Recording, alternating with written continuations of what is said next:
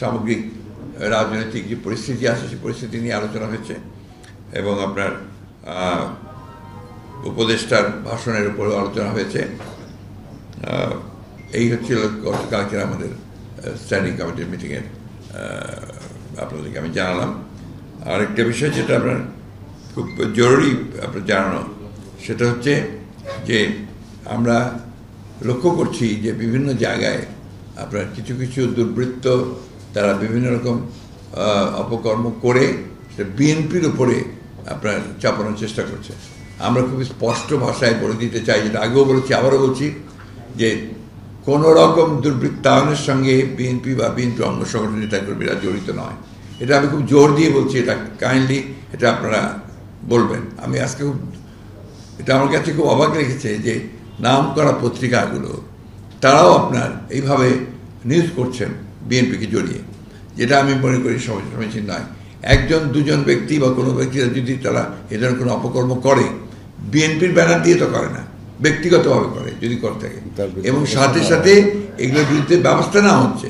আপনারা নিশ্চয়ই দেখেছেন পত্র পত্রিকায় গেছে আমাদের প্রায় 56-57 জন নেতা যারা জড়িত ছিল কর্মী, তাদের বিরুদ্ধে কিন্তু সাংগঠনিক ব্যবস্থা নেওয়া হয়েছে, তাদেরকে দল থেকে বহিষ্কার করা হয়েছে। এই জিনিসটা আমি অনুরোধ করবো, এই জিনিসটা আপনারা অবশ্যই একটু মানে আপনাদের পত্রিকা বা আপনাদের চ্যানেলের মধ্যে এটা একটু মাথায় নেওয়ার জন্য আমি অনুরোধ করব।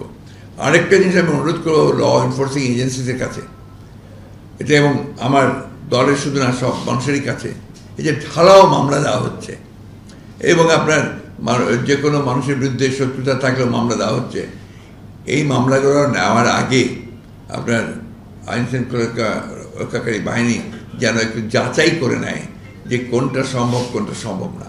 একটু প্রাথমিক যে তদন্ত সেটা করা দরকার। তা নাহলে একটু ব্যক্তিগত সূত্র থাকলেও তার নাম দিয়ে দেওয়া হচ্ছে।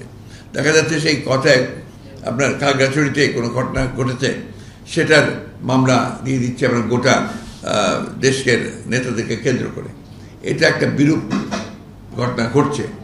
আমি মনে করি যে এটা আপনার একেবারেই বন্ধ হওয়া দরকার।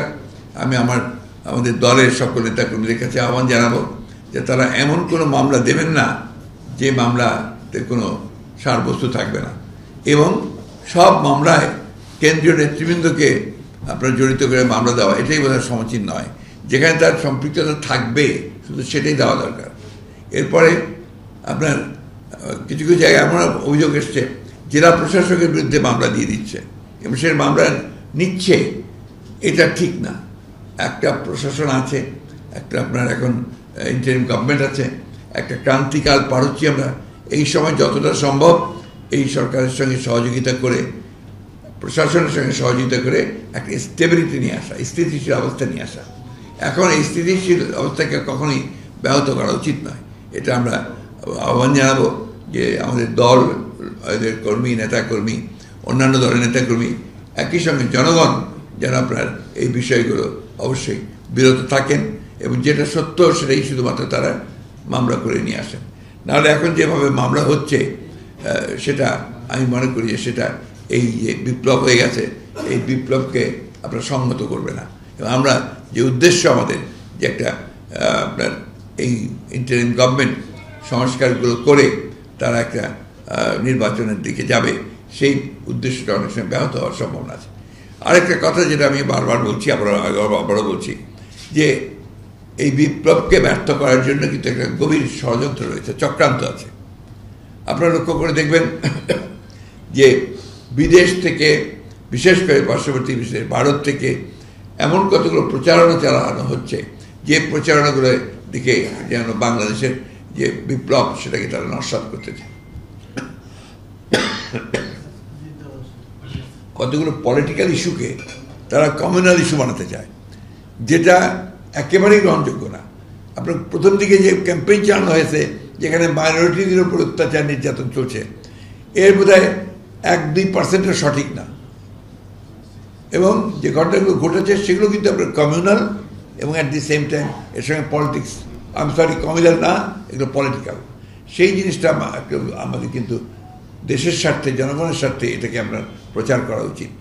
দ্বিতীয়ত হচ্ছে যে আপনার এই যে এখন যেটা অনেকে অভিযোগ করছেন দখলদারি, আপনার বিভিন্ন রকম, এগুলো কিন্তু একটা ক্যাম্পেইন চলছে, কনসার্টেড ক্যাম্পেইন।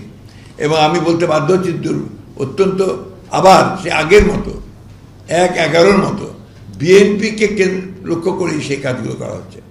এটা আমি মনে করি যে এটা অত্যন্ত একটা অন্যায় হচ্ছে, অবিচার হচ্ছে।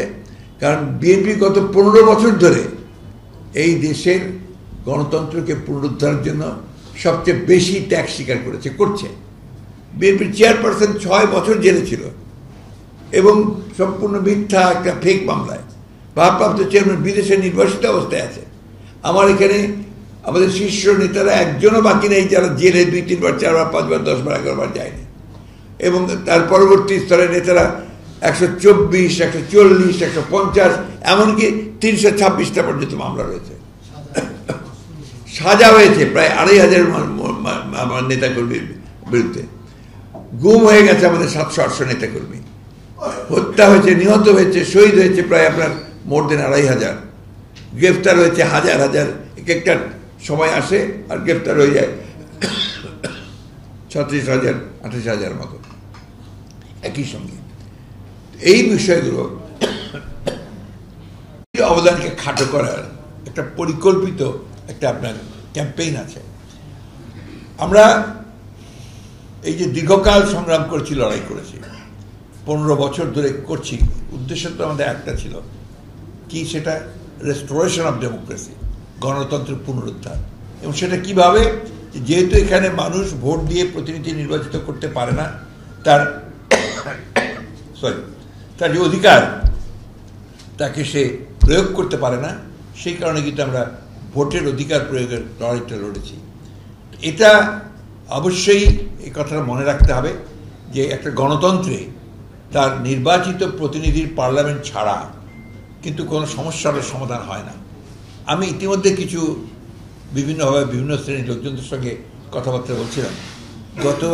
গতকালই কথা বলছি বেশ কিছু আমাদের ব্যবসায়ী মহলের সঙ্গে, যারা অত্যন্ত বড় ব্যবসায়ী দেশে, যারা দেশ ইতিবাচক ভূমিকা রাখছেন, প্যাট্রিয়টিক বিজনেসম্যান যারা, তারা কিন্তু মনে করেন যে দ্রুত এখানে জনপ্রতিনিধিদের সুলভ সরকার আসা উচিত। তার মানে এই না যে এটা আপনার এই সরকার যারা এখন ইন্টারিম গভর্নমেন্ট আছে তাদের কোনো দায়িত্ব, তাদের দায়িত্ব হচ্ছে সেই দিকে যাওয়া। এটা আমরা অবশ্যই মনে করি যে কিছু সময় লাগবে, সেটা আমরা বিশ্বাস করি, এবং যৌক্তিক সময় অবশ্যই আমরা সেটাতে কোঅপারেট করতে চাই, সর্বক্ষেত্রে কোঅপারেট করছি। আমরা আশা করব সেটাকে সেইভাবে আমাদের যে উদ্যোগ, যে আগ্রহ, আমাদের যে ত্যাগ তিতিক্ষা, আমাদের যে আন্দোলন সংগ্রাম, সব কিছুকে আমলে নিয়ে এই ইন্টারিম গভর্নমেন্ট, আপনারা মিডিয়া, দেশের মানুষ সেইভাবে আপনারা চিন্তা করবেন।